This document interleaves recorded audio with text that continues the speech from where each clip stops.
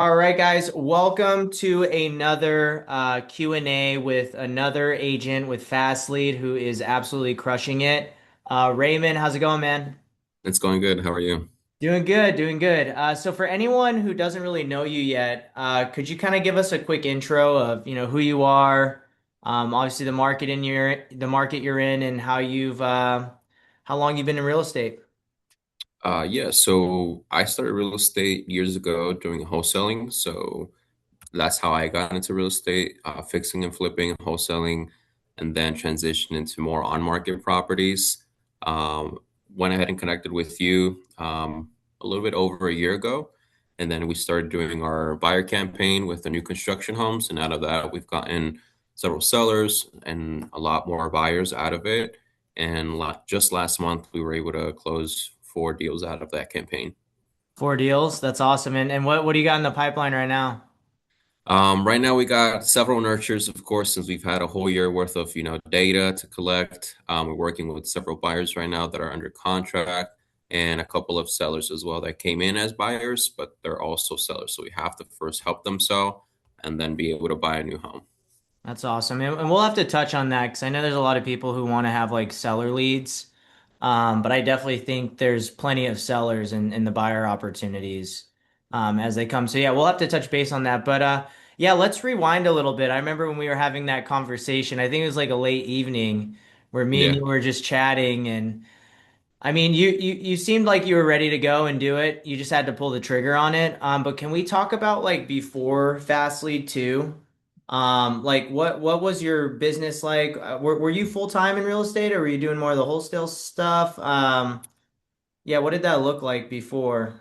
So it was more full time with wholesaling with sellers countrywide, but I wanted to transition into just building out my own company. So I think the biggest hurdle was really leaving the stability that most people are used to of having that 9 to 5 or that secure income and really just going all in on your own business. So that was my biggest thing was just leaving that security, which I thought was security in my head, but truth of the reality it wasn't. It was just a placeholder. And now it's true security because I'm, creating my own opportunities. I have full control of every transaction that goes under contract compared to like before. I was just focused on acquiring the deal and then hoping that everybody else did their job to go ahead and push to the finish line. So that night when I reached out to you, it was more of getting confirmation that we were going to get the support that you guys have obviously been bringing in ever since day one with, Gabby and everybody in your team. Awesome. And so before the fast leads, like where were you getting your leads and what was like your monthly deal flow? What did that look like too?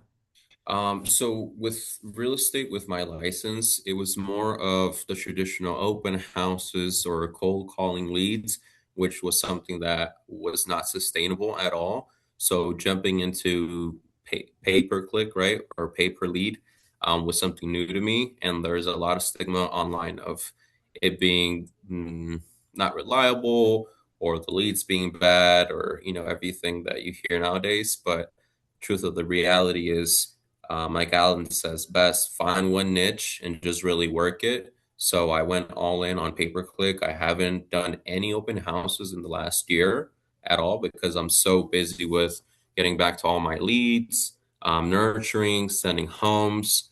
It's gotten to the point where like it's a lot more than I could handle to the point where like I call certain leads back and like they've already bought or they fell through the cracks. So now it's no longer a lead problem, but more of a process and implementing that process. So that way we no longer have leads that fall through the cracks and things of that nature. So it's a good problem to have, right? So now it's just being able to build out those systems that could be repeated with our virtual assistants. So that way we could just keep everything going. Yeah, absolutely. Okay. And so I know you mentioned like the confirmation previously too, like when we had our conversation, you just wanted to make sure the support and stuff. Mhm. What would you say like finally made you pull the trigger with the online leads and kind of go in that direction? Um, I think it was perspective. Me changing my perspective on things because I said, well, worst case, I could just go back and get a job while I work this out. You Hmm. know, it was just really perspective, and I think that's really what holds a lot of people back is perspective of like not seeing a way out of it and thinking there's like a plan B. For me, it was like burn all the boats and just go all in. Hmm. Yeah, that makes sense. And so like do you feel like because there might be some people who are listening to this who probably are in the situation that you were in previously. I mean, what does the difference look like? Because you were calling previously, right? You were Yeah, calling just not for your own business. correct. Is that right? So I Yeah. mean, did you see a little difference in that, or is it a lot of the same processes or It kind of falls down to the same process in regards to acquiring the lead and moving them down the sales funnel. Obviously, just depending on the type of lead and their urgency is what really changes. When we were doing wholesaling, there was a lot of people in really distressful situations, and there was more motivation um, for them to be able to sell at a discounted price compared to like a buyer that has a lease in place. They're not really, in a rush to go ahead and buy. It's more of a process to nurture them. So it's just a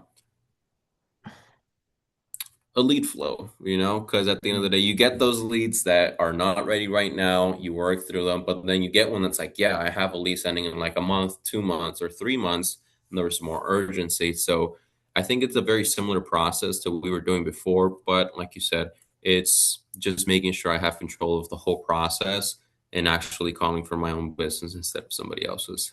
Yeah, that's awesome. So yeah, for anyone listening to this, I just really wanted to share that too because I mean, if you're calling leads for, another company, you could be doing basically the same exact setup for yourself. I mean, Raymond's like literally a perfect example of that. How many deals have you closed now, Raymond, since past year we've worked together? I believe 10. 10 deals. So Yeah, 10 deals where he's keeping 100% of the commissions and able to, basically do the same amount. It's like same effort, just bigger 10x outcome with the income. right. So that's awesome.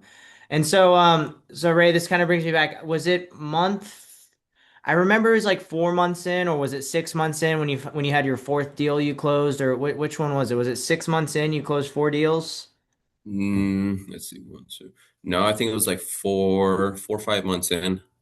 4 or 5 months in, you closed 4 deals. Hmm. And then we fast forward to last month, you did that in a single month. So Yeah, yeah, if you don't mind, like, can you share kind of what's changed from, month four where you were, gradually stacking them to where you were able to close four in a single month? I mean, if we really talk numbers, I mean, I don't know what it was like for you previously, but you probably were working 40 hours a week and you're probably getting a salary that's probably equivalent to what you're like making a month now, yeah. if not even more over the years. So yeah, what do you think had to change between then to last month to get you to hit that target?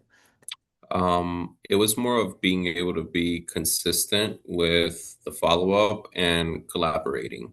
I was able to collaborate with two other agents on helping them close two deals. So that added as well to being able to get the four. So I think that's something that a lot of agents are afraid to do is collaborate with some other agents, maybe because of bad experiences or greed, They're like, oh, well, I'd rather go ahead and just work on what I can instead of having to share something. And so I look at things a little differently. Like if I get a lead, it starts off great, and for some reason they ghost me. I'm not one to go ahead and just try to burn the lead until I get a hold of them, but instead pass it on to a fellow colleague of mine and say, hey, this is the situation. I was not able to reconnect after X situation. I'm not sure why. If you can go ahead and be able to re-engage it and work it, let's go ahead and split profits, because I'd rather take 50% of something, 40% of something, for example, than 100% of zero. Interesting. Okay, so when do you consider that the lead is no longer interested to work with you? Like when do you figure out that that handoff process? Um, it really is on a lead per lead basis because, for instance, if a lead is really high and they want to buy within the next month and they don't re-engage via text, via email, or via call within 24 to 48 hours, I immediately just pass it on to a colleague of mine that I know is going to be consistently calling them. Because if I don't, I feel then they'll go stale with me and probably find someone else within those 24 to 48 hours since they're on the phone so much throughout the day. That's how we got a hold of them, right? Through the Facebook leads. They're always on Facebook, always looking. So I feel like within the next 24 to 48 hours, if I don't hand it off to someone else that could go and re-engage them, then I might lose contact completely of that lead. Now, if somebody wants to buy in like the next 2 to 3 months, I give it about 3 to 4 days. And then if nothing really happens, then I go ahead and hand it off. So it's really a lead per lead basis. Interesting. Okay. So a lot of people when they usually probably just put the leads as dead, you're actually handing them off to other agents to Hmm. see, basically to see if they could revive that lead for you. Yeah, That's 100%. Because awesome. like I already paid for it, might as well get something out of it, even if I don't get 100% of it. Mm-hmm. I Gotcha. think it was Rockefeller that said, I'd rather take and earn 1% of 100 people's efforts than 100% of my own efforts. I'm misquoting it a little bit, but it's Yeah. true.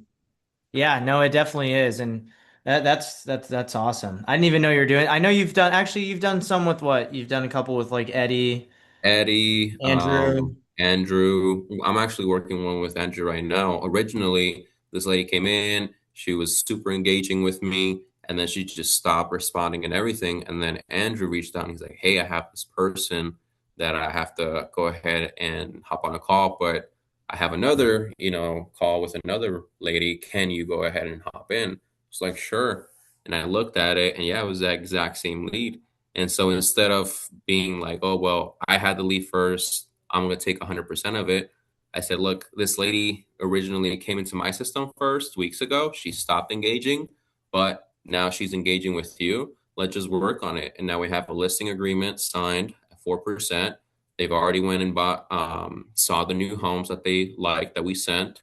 And then we're going to go eventually live with their home within the next week to be able to sell it and then help them buy. So now it's two contracts built off a relationship I built with Andrew. And I always tell Andrew, anything that you can't re-engage or you feel like you need help on, send it over. Let's make money together and vice versa. Because at the end of the day, there's plenty of money to go around. I don't see a reason why someone should be hoarding their leads when you could collaborate with somebody else that has a different approach than you. Maybe it gets a better connection with the person than you did. Yeah. No, that's great. I love that. Okay, so the partnerships have definitely helped a lot. Let's dive into actually getting these leads to sign the buyer broker agreements and Hmm. then actually getting them to closing. Can you give us a feel for, the speed of these leads? Like, how long does it usually take for you for a lead when they come in, get the buyer broker agreement signed, and then from there, how long does it usually take to get the closing? So, for anyone who's maybe just started generating leads or someone who's considering it, that Hmm. way they kind of have some expectations in place.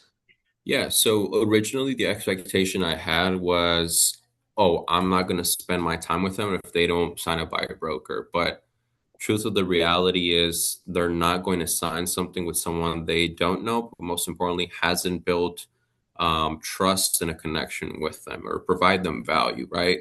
So if you're a total stranger, which to most of us, these leads are strangers, there has to be a way for you to be able to connect with them, provide them that trust and value for them to be able to go ahead and sign it. So, for instance, more recently, I could give an example because I can remember now.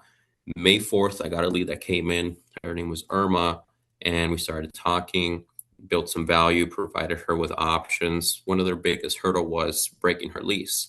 So she didn't know how she was going to break it, what the steps were. So by being able to walk her through the process on how she could go ahead and obtain the information and how we can negotiate concessions to be able to cover a portion of that, she was willing and open to moving forward with the pre-qualification, which she got qualified, and then to see homes because I was consistently providing value on how we can help her transition from her rental to now buying a home, providing her with the structure and clear steps and guiding her through it instead of just providing her the information, having her go on her own and waiting to hear back from them or ghosting until they have that.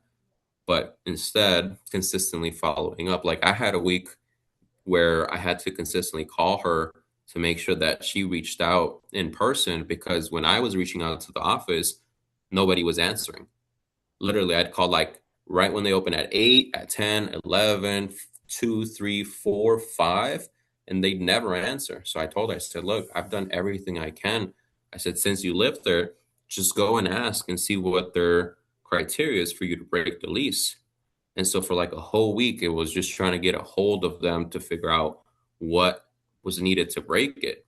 So I was consistently circling back with her, you know, and to a certain point, sometimes, kind of motivating her because she was like, oh, well, I go, nobody's there. So as an agent, we have to realize that sometimes even after we get a buyer broker signed, like you still have to close them eventually because they get discouraged, cold feet. So she came in on the fourth, um, built value for about 4 to 5 days, and then it got the buyer broker signed within that week. So there's a lot of work in the from the process of actually getting it signed, and you had all those conversations before even getting the buyer broker signed, right? Yeah, correct. Because I have to create some value. She's a stranger. She doesn't know what we can or can't provide. So with being able to provide her with that value within those 4 to 5 days, she was comfortable enough to be able to start working together. So then from there, she got that taken care of. She got the information she needed to break her lease. We got the buyer broker. She got pre-qualified super quick. We went and saw a couple homes, and now she's under contract. Gotcha. Wow, that's awesome. Okay, and so when you talk about like, building that rapport and getting those conversations, what do you do like for your calls? What do you do in the first 60 seconds of like that phone call to set the tone? Do you have like any go-to openers or intros that you like to use on that initial call? I keep it very simple. I try to have a conversation with them as a friend, not somebody else trying to sell them on something, because I'm not even sure, why they even start to look for, right? So just, hey, Tristan, I'm getting back to you. I had on my notes here that you wanted some more information on new construction homes. When were you possibly looking to make a move if the right payment came along and made sense to you?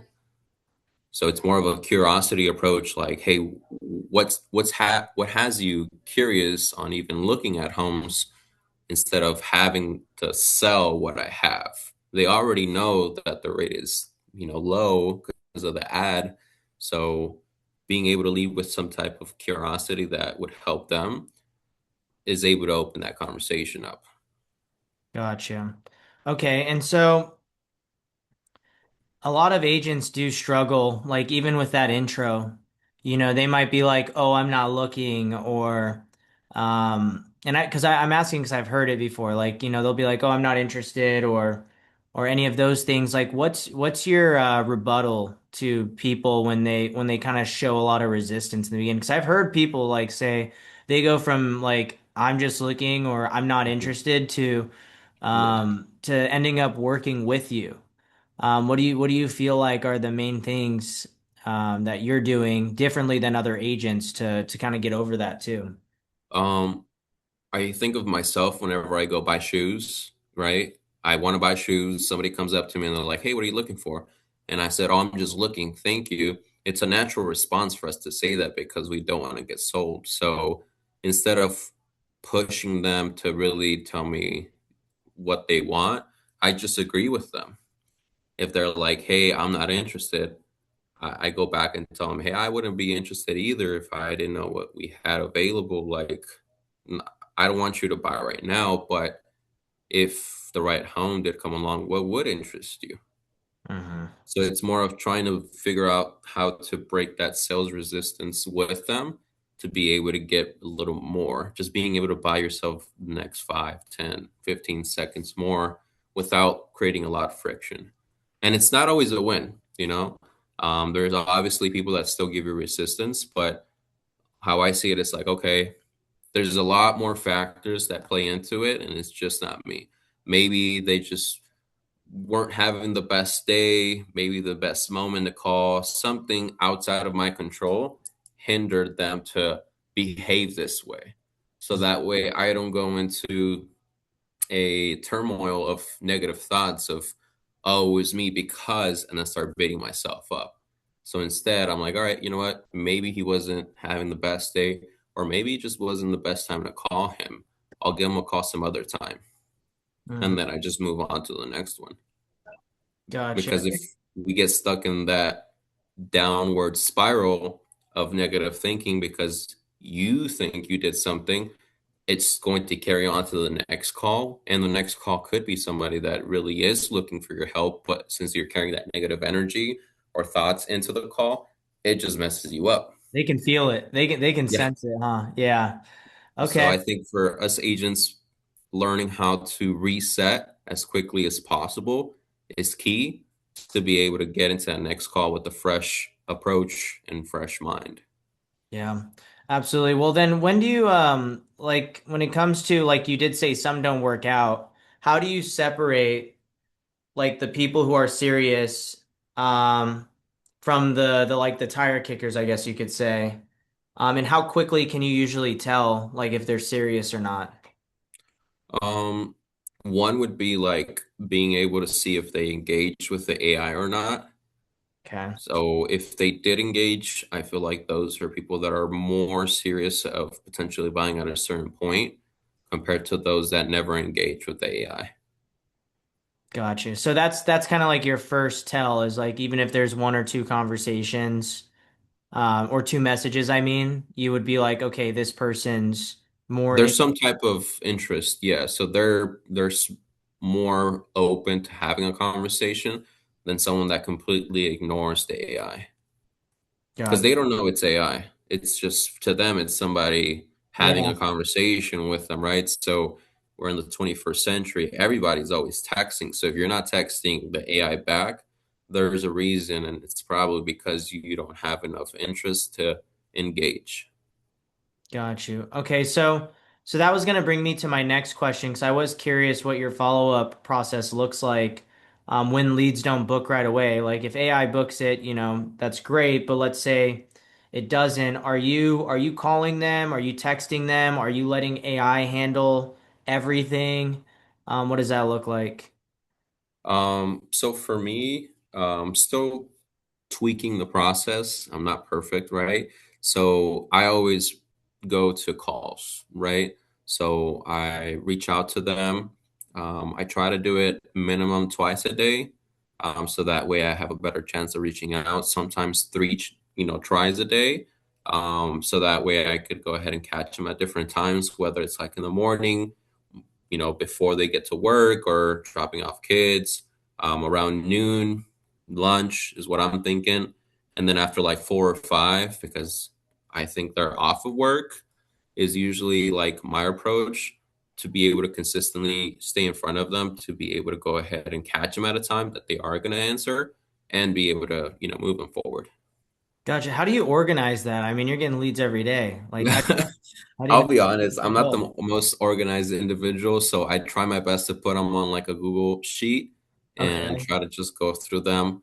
But yeah, I think the AI definitely helps with that.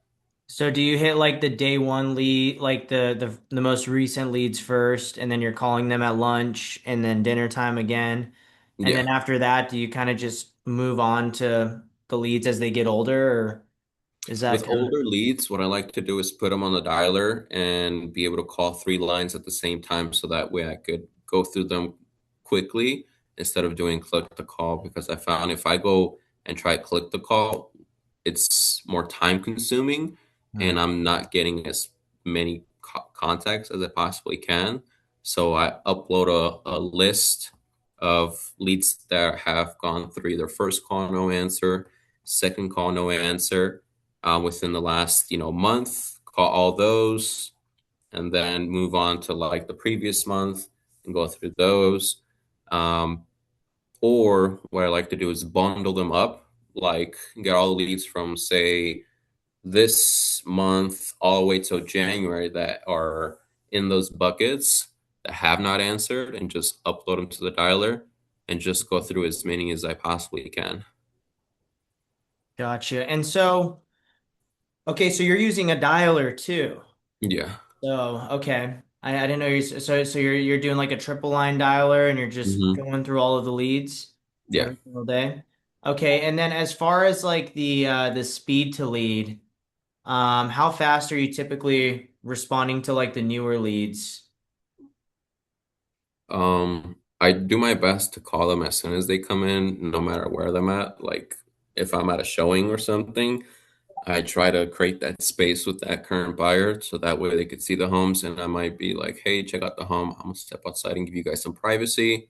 And then I try to call it. So it's more of just building that consistency of no matter where you're at, just calling them because you never know who's gonna pick up. Yeah. Um, or sometimes they see the call come in and they're at work, but they're maybe just doom scrolling and they fill it out. They're like, oh, I'm at work. And then the AI engages with them. So it's just being able to get to them as soon as I can, really. Gotcha. And do you feel like how much do you feel that like speed to lead actually matters? A lot, actually, because as a consumer, I've had the same situation. If somebody calls me directly, I'm more prone to working with them than somebody else that calls me way later in the day because somebody else already reached out to me. So, and it really does matter. I feel like you may have a higher possibility of getting a hold of that lead and maybe scheduling a call for later than to wait and then call them because somebody else might have a little more urgency than you and calls them. Yeah, I mean, I've experienced that myself. Like, you wait an hour, like they're already Talking talking to to somebody other else. people, having Hmm. conversations, and I think some people get, they worry about calling the lead too soon. But I mean, I see it as like a sense of professionalism, and Yeah. yeah, it might throw them off guard, but like they're gonna be like, man, if he answers the phone this quickly, I wonder how he's gonna be as an agent, Yeah, working. exactly. I have had that pushback though from people like, "Oh, why'd you call me so quick?" I said, "Hey, at the end of the day, the right opportunities don't wait, and somebody else might take it. So I just want to make sure that you're being taken care of. I apologize, that I got you at the wrong time. What's a better time later?" And I just book it for later. But I rather get somebody to tell me, "Oh, you called me too fast," or "You shouldn't be calling me right away," than, "Hey, I already have somebody else." Because I've had that situation where like I wait because of whatever reason, then I call them and they're like, "Yeah, I'm already working with somebody. They called me earlier." Oh, how long ago? Oh, like 2 hours ago. And then I see the lead information. They came in 2 hours ago, and then I'm like, "Dang, like I should have called them." So Yeah, yeah, no, that makes sense. Okay. And then do you have like any special techniques for booking your buyer consults? Like is there anything you feel like that you've really, started leveraging or practicing to increase your appointments? mm, no, not that I could think of off the top of my head. But just leveraging that the homes that are being marketed, um, they're not the only one looking at them, and that the deals don't last for long. And it's true. So just being able to leverage that a lot of these buyers are looking at the exact same type of homes they are.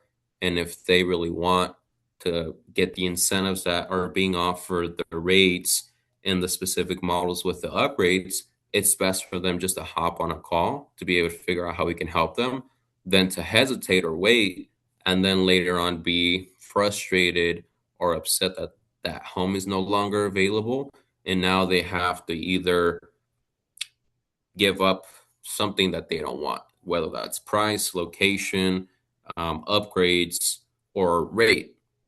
So I think just leveraging the facts of the market is something that has helped me. I don't really have any special tricks. Not yet, I guess. Well, I mean, you are in a way creating like a sense of urgency for them based off of like the stats you do know. Hmm. So no, that I mean that's great. I mean, I think that's probably one of the main things, and you're kind of just naturally doing it. You're just letting them know, hey, someone else is gonna take these if not. So. And uh, that's with resale buyers as well, because not everybody that comes in I was always gonna buys a ask new you home. that. So like a lot of people, like when they even hear about that we're running new build ads, they're like, well, I don't want to just work with new builds only, Hmm. or I want to do resale, or I want more listings. Like, can Yeah. you expand on how it has actually helped you in multiple areas? Because I know you're doing resale through these ads, Hmm. you're doing new builds, and you have some listings, right? Yeah. Yeah. So I think that's the beautiful part of this whole thing is that listings come out of it and resale clients get out of it too. They come in because they see the beautiful home, the low rates, but sometimes they see the new builds and they're like, you know what, I really fell in love with this resale home because whatever they like that's pertaining to them, I'd rather just buy a resale no matter what. And it turns into a resale client, right? Or they're like, I really love that home, but I live in a home, so I need to sell it. Like, for instance, the lead that we got the listing for last week, they really like the homes in Buckeye and they have a beautiful home. They bought a new home in like 2016, and the reason they want to sell is because financially it just doesn't make sense for them to stay there anymore because of their bills. So they're like, I have equity, so I'd rather sell, use some of that equity to pay off the debt I no longer can sustain with my check, and then move into a new home that's still within reason for me to buy. So being able to go ahead and get leads through a new build doesn't necessarily mean everybody's going to buy new, but at least it gets your foot in the door and figure out where they stand and what they can buy. Yeah, absolutely.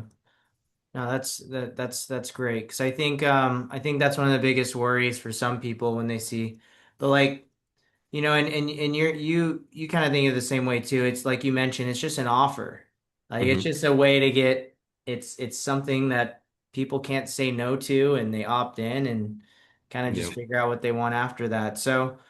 Awesome. Well, let's kind of dive in because I know you're really good with like your mindset, and it seems like you got kind of like a daily rhythm, in flow. Can you talk about like what a typical day looks like for you now compared to like before Fast Lead or before you started generating leads? Like what has changed in your typical day, whether with mindset, also your routine too. So first and foremost, I work on my mindset at the very beginning of the day to make sure that I'm starting the day off right.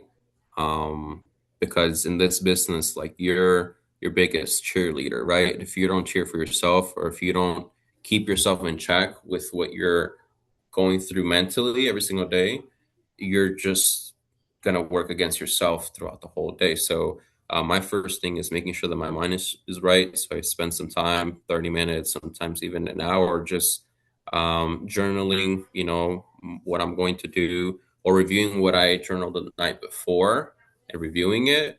Being able to get that taken care of, hydrate, and then start calling. So recently I've started doing more expireds, so from like 7:45 onward.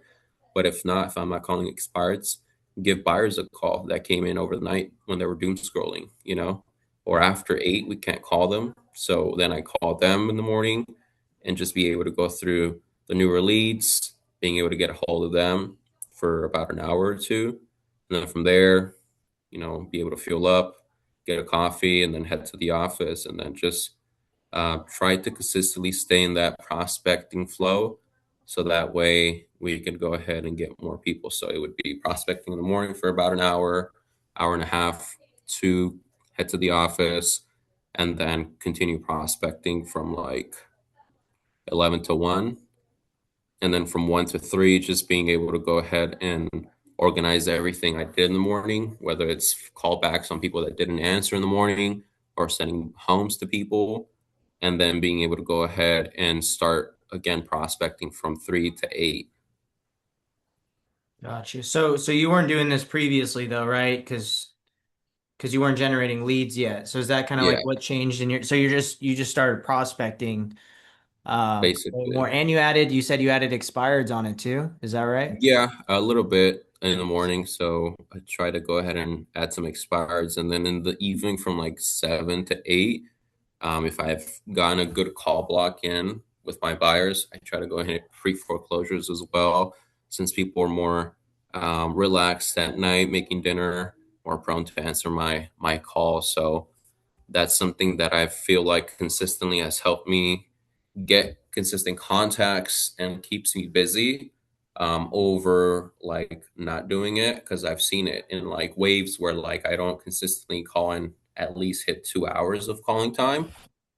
I start to see less contacts. I start to see less appointments, and I get frustrated. And I'm like, what am I doing? Why am I in this position? And I start to look at my stats, and I'm like, okay, I haven't hit my 2 hour call minimum, and it's a drag, to be honest. Sometimes every single day to hit 2 hours of calling time when Yeah. people aren't picking up, when people are telling you to f off. So it's a drag, but I've seen that consistently being able to hit that 2 hour mark every day helps me keep busy, either nurtures or appointments for callbacks. Just being able to stay active throughout the week to be able to build that pipeline is key, because if I go under that, it just it just doesn't work for me, at least. Yeah. Okay. And so, last one on kind of like the mindset and the daily rhythm stuff. Has the consistency of like your lead flow changed the way you think about your business long term? Like, do you feel like now things have changed since, it's been a year now, but you know how to generate leads now. They come in Mhm. consistently. Has anything changed for you, like your long-term goals? In what aspect of Well, the since you business? started generating leads, like I'm sure when you first started generating leads, you were probably wanting to get probably to what you just did now, which is like the 10 deals in a year. I mean, that's over. I mean, I don't know how much that is in commissions, over 100, right? 100, Yeah. well over. Yeah. So what has changed now? Like, do you have your goals changed at all? Oh yeah, definitely. One of the biggest thing is opening up bandwidth, so that way we don't have leads that fall through the cracks. So that way we have a dedicated person that's consistently sifting through all these leads and finding those ones that are ready now, making sure that we have a consistent process of nurturing the ones that are long term. So yeah, the goals have changed on from figuring out, okay, how do I get one deal, to now how do we consistently, close 4 to 5 to 6 deals a month consistently. So it's now more of refining processes and being able to add the right people in the right seats, so that way we can go ahead and continue to grow. So you're right, from the beginning it was like, let me get one deal a month.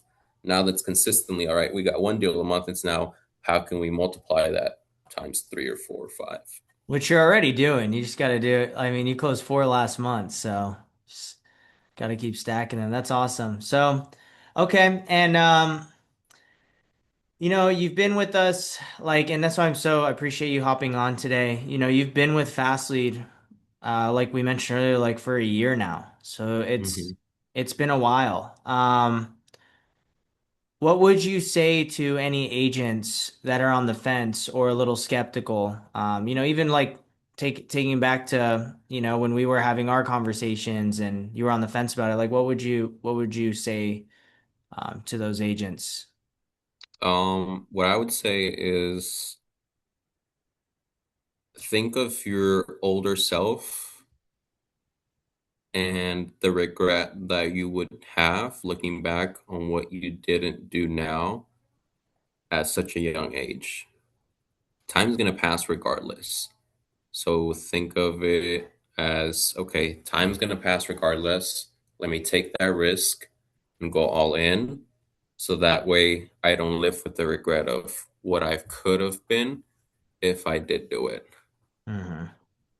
So just really just taking action and pulling the Yeah. trigger on And it. it's not easy. Like, it's not something that you're going to start one month and going to close a deal the next month. It's going to be something that you're going to have to put work in, right? We started marketing in March while I was at my 9 to 5, and my first deal didn't close until June. So April, May, June, so in 3 months. So it took 3 months of part-time calling and the AI helping to close my first deal. Now, if I would have known what I know now, I would have just quit my 9 to 5 when the leads started coming in and worked them more consistently. So to everybody starting out, I would say don't make the mistake I did and wait. Go ahead and make the jump, but make sure that you consistently treat it as your job. You're consistently calling the leads, following through with them, and being persistent. Because at the end of the day, they reached out to you for information. These aren't leads that you're cold calling. People consider it cold calling, but it's not cold calling. These leads reached out to us. They have some type of reason why. It's our job to figure out how we can help. And that's what we're doing. We're just helping people Hmm. That's actually on the what they next, wanted.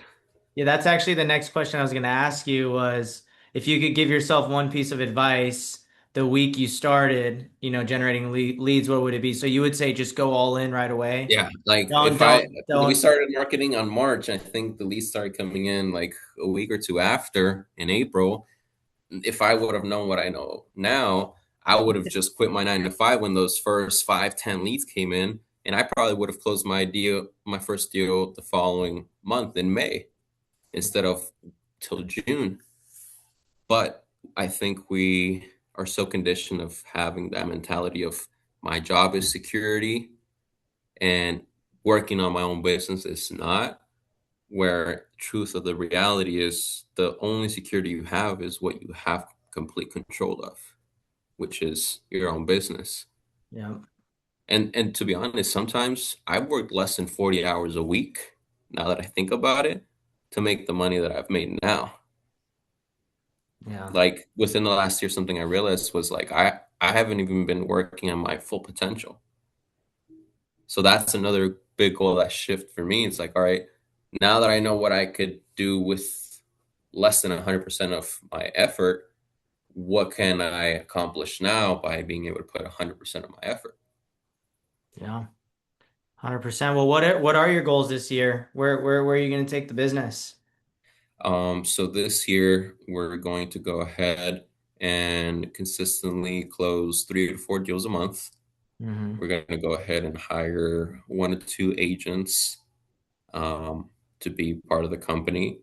And then I'm also thinking of going to Mexico and potentially getting some more people on our business down there as well. So just growing the business internationally, but being able to go ahead and be more consistent on closings as well. That's awesome. That's awesome. Yeah, for anyone who's listening to this, I mean, if you guys, I mean, Raymond's been doing this for a year. He basically, I mean, you weren't practicing real estate, right? Like you were only doing the wholesale stuff mainly. So you basically went from jumping right into real estate once you start generating leads to closing the 10 deals. I mean, just like that, right? Were you practicing residential previously or not really at all? I know you're With wholesaling a licensed. little bit. Okay, just a little bit. So, Mhm. so yeah, for anyone listening, I mean, if you guys, want to see or talk to someone who's doing it at a high level, like you guys heard, Raymond is growing his team too. Raymond, I'm just curious for anyone who wants to contact you, chat with you, maybe about, generating leads or, how they can grow their business. What's the best way for them to reach you? You guys could reach out to me via, let's say, Instagram, or yeah, Instagram's fine. Find me at EL_DON_Ray_, so L Don Ray. Or you could reach out to Tristan and he could, provide you with my email. If you have any questions or doubts or just hesitant on being able to, start with him, reach out. Yeah, awesome. And then, guys, if you're local in Arizona, Raymond's favorite, if you want to like actually sit down and have some dinner with him, his favorite restaurants Steak 44. So just shoot him a DM with Steak 44, Let's and do it. I'm sure he'll be there. And I'd be more than happy to join you guys too. So, Yeah, but uh, let's do it. but but Ray, speaking of Steak 44, guys, we Ray was very generous. Such a huge milestone. I think you were closing a deal that day, right? That day, yeah, that day a Closed deal a deal that closed. Yeah. day. Was that your 10th deal, or Yeah. that was Oh, yeah, it was the 10th deal. Yeah, yeah. the 10th deal? So me, Ray, Alan, we all went to dinner together. Steak 44. Raymond was treating us. And yeah, while we were sitting there at dinner, he mentioned that he was having his 10th deal closed. So it's just so awesome. I appreciate Ray coming on here because for anyone who watches this, like, and you feel like you're just not consistently generating that business you want to, I mean, I would have never like I mean a year ago Ray's contemplating going all in on real estate Mhm. as a real estate agent, and then a year later he's treating me and Alan to a steak 44 dinner, just bought a very nice new car too. And it's just crazy. It's crazy how quick things can change. So but Ray, any last words for anyone who's listening to this, any words of advice? Don't be afraid of going all in on yourself. It's worth it. It's the best investment that you'll make. It sounds corny because I heard it before going all in and it sounded corny to me, but it truly is like the life that I have now is nothing that I thought I could have accomplished within a year of just going all in my business. I love it. Thanks, man. Appreciate it. And I appreciate